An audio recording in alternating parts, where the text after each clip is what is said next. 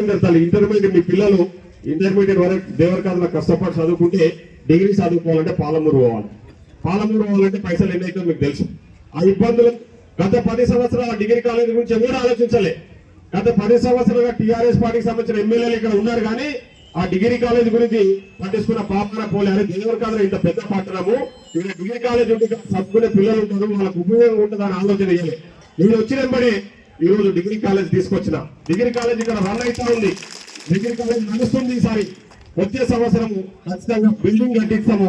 ఇక్కడ ఉన్న వాళ్ళందరికీ కూడా డిగ్రీ ఇక్కడనే దేవరకాంతలో చదువుకునే అవకాశాన్ని కూడా మనం కల్పించాము. ఈరోజు ముఖ్యమంత్రి గారు మనకు అవకాశాన్ని కూడా కల్పించారు. కాబట్టి ఒకసారి ఆలోచన చేయండి. వడ్డించేటవాడు మనోడు ఉంటే ఏ మూల కూర్చున్నా మనకు భోజనం దొరుకుతుంది, అవునా కదా? ఈరోజు వడ్డించేటవాడు ఎవరున్నారు? మన పాలమూరు బిడ్డ, మన ముఖ్యమంత్రి రేవంత్ రెడ్డి గారు మన పాలమూరు నాడు ఉన్నాడు. కానీ ఆయన దింపడానికి తప్పుడు ప్రచారాలు చేస్తూ రోజు ఒక తప్పుడు ఆలోచనలు చేస్తూ టీఆర్ఎస్ బీజేపీ వాళ్ళు ఊర్లలో పట్టుకొని తిరుగుతూ ఉంటారు. వచ్చి అక్కడక్కడ వచ్చి వాళ్ళు 10 ఏళ్ళ అవకాశం ఇస్తే ఏం చేయలే. 7 లక్షల కోట్లు అప్పులు చేసి అప్పులు తీసుకొచ్చి మనం నెత్తిన రుద్దుతుండ్రు. 7 లక్షల కోట్లు అది ఆవులే కేసీ హరీష్ రావు అనేటువంటి మాట్లాడుతున్నాడు. 4.5 లక్షల కోట్లే ఉంది కదా, 7 లక్షలని తప్పు చేస్తున్నారు.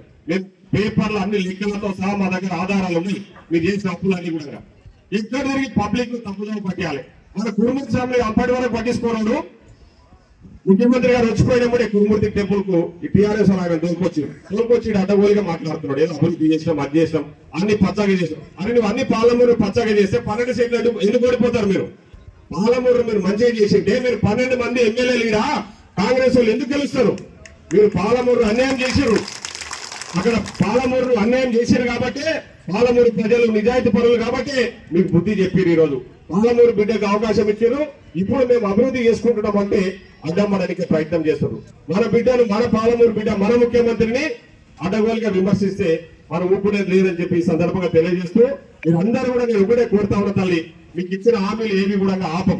నేను చెప్తా ఉన్నా కదా, ఇన్ని అప్పులున్నా అప్పులకు మిత్తులు కడుతున్నాము, అప్పులకు అసలు కట్టుకుంటూ మీకు అన్ని కూడా ఒక్కొక్కటి నెరవేర్చుకుంటూ వస్తున్నాం. ఈ సంవత్సర కాలంలో ఇప్పుడు చెప్పినట్టు చేసినాం. ఇంకా కొన్ని మిగిలిపోయినాయి. నాకు తెలుసు మహిళలకు 2,500 రూపాయలు ఇస్తామని మాట ఇచ్చినాం. తప్పకుండా వచ్చే రాబోయే రోజులు అది చేసి తీరుతామని చెప్పి కూడా పెన్షన్ల విషయంలో కూడా ప్రభుత్వం సీరియస్ గా ఆలోచన చేస్తుంది. పెన్షన్లు ఇస్తాము, అది ఒకటి మిగిలిపోయింది, అవి ఇస్తాము.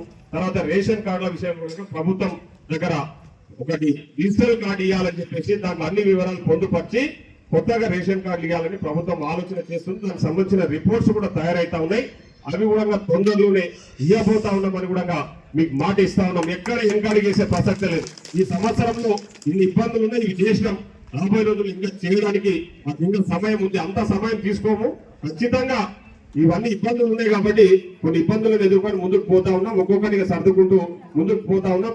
ముందు మంచి రోజులు వస్తాయి. తప్పకుండా మిగతా గ్యారెంటీలు ఏవైతే మిగిలిపోయినాయి ఉన్నా అవి కూడా చేసి తీరుతాము. మీకు ఇచ్చిన మాట నిలబెట్టుకుంటామని ఈరోజు సందర్భంగా తెలియజేస్తా ఉన్నాం.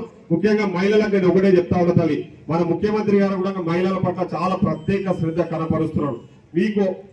మీరే మీ కాళ్ళ మీద నిలబడాలని, మీరు ఆర్థికంగా ఎదగాలని ఈరోజు ప్రతి విషయంలో మీకు అవకాశాలు కల్పిస్తున్నాడు. ఇక్కడ ఉన్న చాలా మంది మహిళా సంఘాలలో మెంబర్లు ఉండొచ్చు. ఆ మహిళా సంఘాలలో మీకు తెలుసు మన కుటుంబిషన్లు అంటే స్కూల్ పిల్లల బట్టల యూనిఫామ్స్ కుట్టడానికి కూడా మహిళా సంఘాలకి మొదటిసారిగా అవకాశం ఇచ్చినాం. స్కూళ్లలో పనులు చేయడానికి, అమ్మ ఆదర్శ పాఠశాలలో పనులు చేయడానికి కూడా మహిళలకు అవకాశం ఇచ్చినాం. ఒడ్ల కొనుగోలు కేంద్రాల ఐకేపీ సెంటర్లలో కూడా మహిళలకు అవకాశం ఇచ్చినాం. రేపు రాబోయే రోజుల్లో పూర్తిగా ఒడ్ల కొనుగోలు కేంద్రాలలో మొత్తం మహిళలకు ఇవ్వాలని చెప్పేసి ముఖ్యమంత్రి గారు ఆలోచన చేస్తా ఉన్నారు. అది కూడా జరుగుతుందని చెప్పేసి ఈ సందర్భంగా తెలియజేస్తున్నా.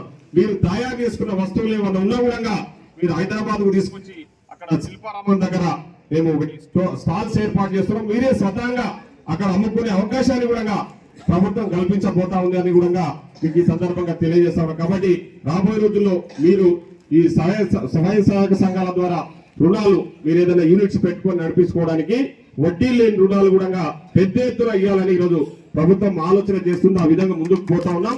రాబోయే రోజులు తప్పకుండా మహిళలతో కూడా ప్రత్యేకంగా సమావేశం ఏర్పాటు చేసి వాళ్ళకు సంబంధించిన ఇంకా ఏమేమి చేయాలనే ఆలోచనలు కూడా ముఖ్యమంత్రి గారు చేస్తా ఉన్నారు. కాబట్టి నేను కోరుతా ఉన్నది ఒకటే,